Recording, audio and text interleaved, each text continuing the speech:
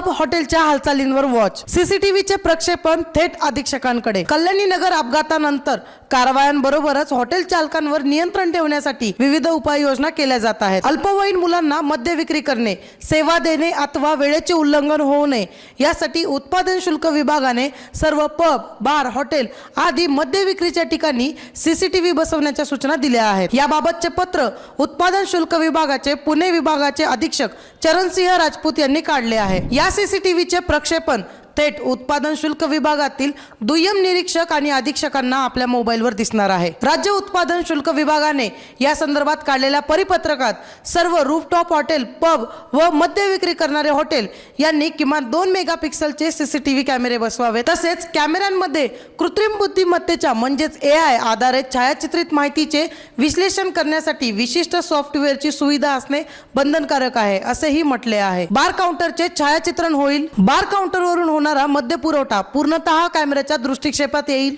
सीसीटीव्हीची व्यवस्था किमान 1 महिन्यासाठी साठवेल अशी बॅकअप व्यवस्था। ही सुविधा 24 तास चालू राहणे अपेक्षित असून त्यासाठी इन्व्हर्टरची सुविधा करावी। निरीक्षक आणि अधीक्षकांना सीसीटीव्ही बघण्यासाठी यूजर ID आणि पासवर्ड द्यावेत अशा सूचना याबाबत देण्यात आल्या आहेत।